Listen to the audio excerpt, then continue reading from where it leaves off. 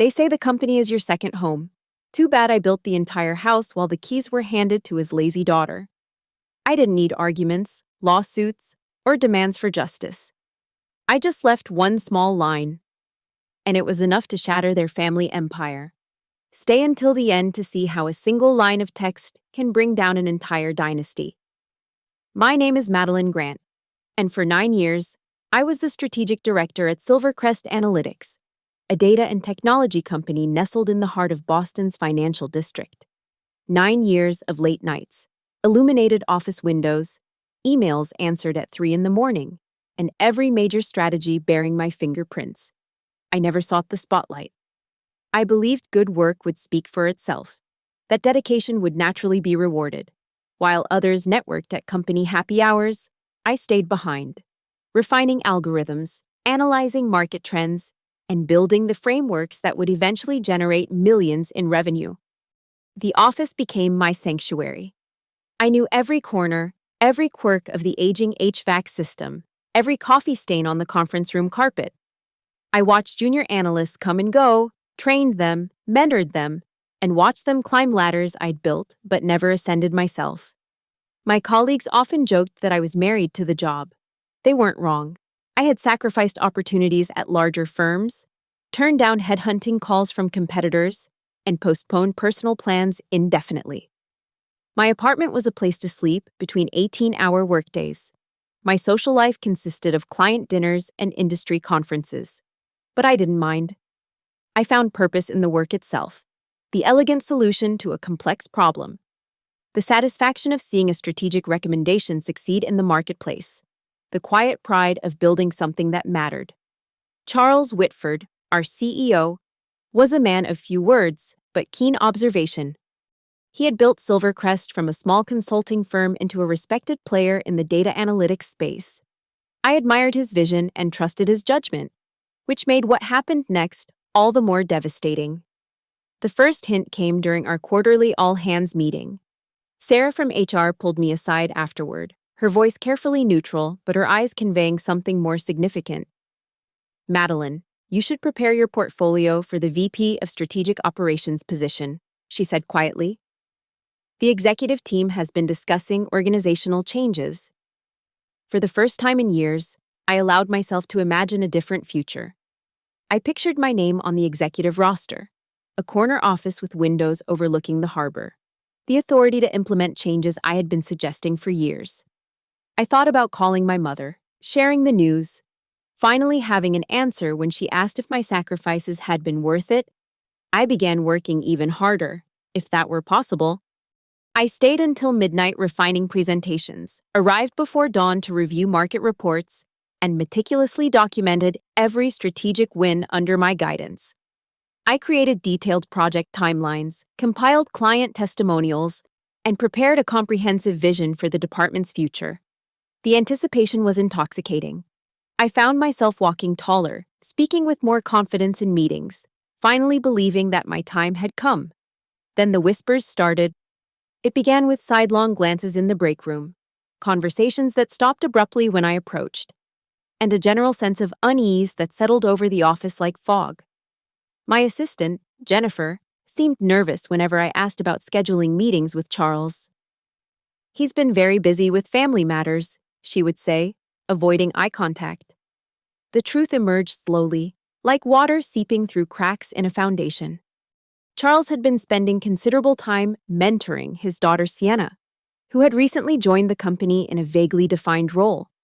Sienna Whitford, 26 years old, had left 3 previous companies due to lack of fit, had a spotty attendance record, and possessed a resume that was impressive on paper but lacking in substance. I first encountered Sienna during a client presentation meeting. She arrived 15 minutes late, armed with a charming smile and a designer handbag that cost more than most employees' monthly salaries. Her contributions to the discussion were minimal but delivered with absolute confidence. "I think we should really focus on maximizing synergies," she said at one point, using buzzwords that meant nothing in context but sounded impressive to those who didn't understand the technical details. After the meeting, I watched her post a LinkedIn update about leading strategic initiatives and driving innovation at Silvercrest. The post received dozens of likes from industry contacts who had no idea about her actual contributions. My closest colleague, Michael Chen from the data science team, approached me one evening as I was leaving the office. "Madeline, I need to tell you something," he said, glancing around nervously. I overheard Charles talking to the board about succession planning. Sienna's name came up multiple times. I felt the blood drain from my face. In what context? VP of Strategic Operations. They're fast-tracking her for the position. I spent that night staring at my apartment ceiling, processing the implications. 9 years of loyalty, dedication, and proven results were apparently worth less than a family connection and a charming smile. But I refused to give up. I decided to double down on my efforts, to make my value so undeniable that even nepotism couldn't overcome it. I worked weekends, took on additional projects, and began preparing what I believed would be a presentation that would secure my promotion. The quarterly executive meeting was scheduled for a Friday morning. I arrived early, my presentation polished to perfection, my arguments irrefutable. The conference room filled with familiar faces, department heads, board members, and key stakeholders who had worked with me for years. Charles entered the room with Sienna at his side. She wore a navy blazer that looked expensive but ill-fitting, her expression a mixture of nervousness and entitled confidence. "Good morning, everyone," Charles began. "As you know, we've been discussing organizational restructuring to position ourselves for the next phase of growth. I'm pleased to announce that Sienna Whitford will be taking on the role of Vice President of Strategic Operations, effective immediately." The room fell silent. I felt every eye turn toward me, waiting for my reaction. I kept my expression neutral, my hands steady on the table, even as my world crumbled around me. But the real blow came next. Sienna stood to present her strategic vision for the department, and I watched in horror as she delivered a presentation that was nearly identical to the one I had submitted to Charles just 1 week earlier. The slides were reformatted, the language slightly adjusted, but the core concepts, the strategic frameworks, even the specific market analysis, all of it was my work. She presented my ideas with the confidence of someone who had conceived them herself, fielding questions with prepared answers that I had provided in my original documentation. The board members nodded approvingly, impressed by her fresh perspective and innovative approach. I sat there, stunned, as my own strategic vision was used to justify giving my position to someone else. After the meeting, Charles approached me with what I can only describe as patronizing sympathy. "Madeline, I know this might be disappointing, but I'm hoping you'll help Sienna transition into the role. Your experience will be invaluable in getting her up to speed." He wanted me to train my replacement. He wanted me to hand over 9 years of institutional knowledge, client relationships, and strategic insights to someone who had done nothing to earn them. I smiled and nodded, as I had been doing for 9 years. "Of course, Charles. Whatever the company needs." Over the following weeks, I found myself in the surreal position of teaching Sienna how to do the job I should have been doing. I walked her through client portfolios, explained the reasoning behind strategic decisions, and introduced her to key industry contacts.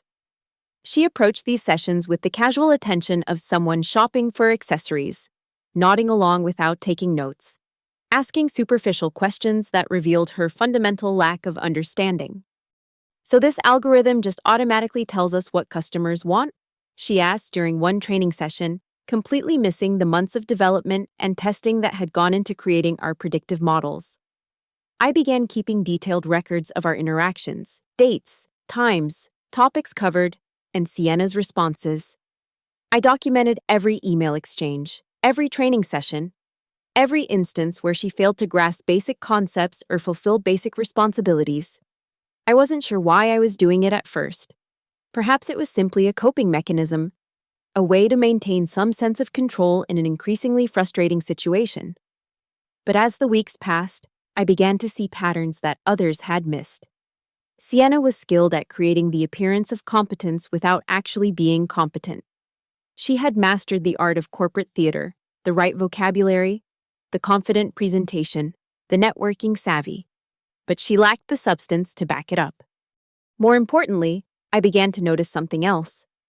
In my meticulous review of company documents, contracts, and agreements, I stumbled upon something that had been forgotten in the chaos of daily operations. 2 years earlier, during the COVID-19 pandemic, Silvercrest had undergone a major restructuring. In the rush to cut costs and maintain operations, several consulting agreements had been renegotiated or modified. One of these agreements involved a small LLC I had established to provide specialized strategic consulting services to the company. Grant Insight LLC was my creation, a shell company I'd formed to legitimize the intellectual property I'd developed for Silvercrest's data analytics framework. The arrangement allowed the company to license my proprietary algorithms and strategic methodologies while maintaining some independence for my work. The contract was buried in a pile of paperwork from the restructuring, signed by Charles during a particularly chaotic period when the company was making rapid changes to survive the economic downturn. It was a standard intellectual property agreement with one crucial clause that Charles had apparently overlooked. Section 12.7 stated that, in the event of my voluntary departure from Silvercrest Analytics, all intellectual property rights to the frameworks and algorithms developed under the Grant Insight LLC contract would revert exclusively to Grant Insight LLC, with no licensing obligations to Silvercrest.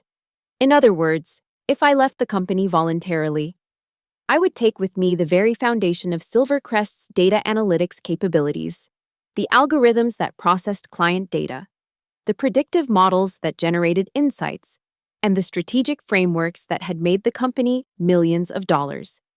I spent several sleepless nights reviewing the contract, consulting with a lawyer to ensure I understood the implications correctly. The agreement was ironclad, properly executed, and entirely legal. Charles had signed it himself, and it had been witnessed and notarized according to Massachusetts corporate law. The framework I'd developed wasn't just a small piece of the company's operations, it was the engine that drove nearly 90% of Silvercrest's revenue. Without it, the company would be unable to deliver on existing client contracts, and their much-vaunted, proprietary technology would simply cease to exist. I had built the house, and I held the keys. The realization was both terrifying and exhilarating. I had the power to bring down the company that had dismissed me, to render meaningless the promotion that had been stolen from me. But I also understood the weight of that power and the responsibility that came with it. I could have exposed the situation immediately, could have stormed into Charles's office and demanded justice. But that wasn't my style. I had learned patience over 9 years, had mastered the art of strategic thinking. If I was going to act, I would do it properly. I began preparing for my departure with the same meticulous attention to detail I had brought to every project. I organized my files, backed up my personal work, and prepared comprehensive documentation of my contributions to the company. I also began reaching out to industry contacts, not to burn bridges, but to explore opportunities. Word of my situation had spread through the tight-knit world of data analytics, and I was surprised to discover how many people had been waiting for me to make a move. The resignation letter was simple, one-page, professional, and to the point. I thanked Charles for the opportunities, expressed my best wishes for the company's future, and included a single line in small print at the bottom. As per Section 12.7 of the Grant Insight LLC Consulting Agreement dated March 15, 2023, all intellectual property rights will transfer accordingly. I doubt Charles read the fine print. He probably saw it as legal boilerplate, if he noticed it at all. I placed the letter on his desk on a Thursday evening, after most of the staff had gone home. I cleaned out my office, taking only personal items, a photo of my mother, my handwritten notebooks, and a USB drive containing the original Grant Insight LLC agreement. Walking through the office one last time, I felt no anger, no desire for revenge. I felt only a quiet satisfaction, the calm that comes from knowing you've played the game better than anyone else realized. I passed Sienna's office on my way out. The door was open, and I could see her desk covered with files and documents she didn't understand, sticky notes with reminders about meetings she would probably forget to attend, and a computer screen showing a social media feed instead of work. The security guard at the front desk nodded as I passed. "Working late again, Ms. Grant?" "Not anymore. I replied, and walked out into the Boston night. I slept better that night than I had in months. The next morning, I was having coffee at a small cafe near my apartment when my phone began buzzing with calls and messages. I ignored them, enjoying the luxury of a morning without urgency, without crisis, without the weight of other people's expectations. The first call I answered was from Michael Chen, my former colleague. "Madeline, what did you do?" he asked, his voice a mixture of awe and panic. "The entire system is down. The algorithms aren't responding, the client dashboards are showing error messages, and Charles is losing his mind." I took a sip of coffee and smiled. "I didn't do anything, Michael, I just left." "But the IP transfer, how did you—" "I learned from the best," I said. "Charles taught me that the most important things are often hidden in the fine print." Within hours, the full scope of the situation became clear. Silvercrest's flagship analytics platform was completely dependent on the frameworks I'd developed through Grant Insight LLC. Without access to those algorithms, the company couldn't process client data, generate reports, or deliver on any of their existing contracts.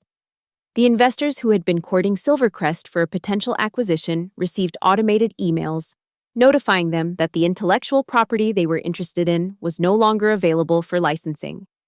The company's valuation, which had been built largely on the strength of their proprietary technology, evaporated overnight. Sienna, thrust into a leadership role she was completely unprepared for, faced a barrage of questions from clients, investors, and media representatives. I watched from afar as she struggled to explain a situation she didn't understand, using corporate speak to dodge questions about technical details she couldn't grasp. Charles called me repeatedly, leaving increasingly desperate voicemails. He offered me a raise, a promotion, a partnership, anything to get me to return and restore access to the systems. But it was too late.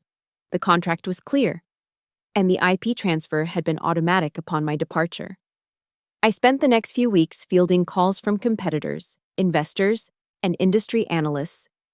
Everyone wanted to know about Grant Insight LLC, about the mysterious framework that had brought down one of Boston's most promising tech companies. I was careful with my responses, professional and diplomatic. I had no interest in gloating or creating unnecessary drama. I simply explained that I was exploring new opportunities and that Grant Insight LLC was considering various strategic partnerships. The truth was, I had never intended to destroy Silvercrest. I had simply wanted to protect my own work and ensure that I wouldn't be taken advantage of again.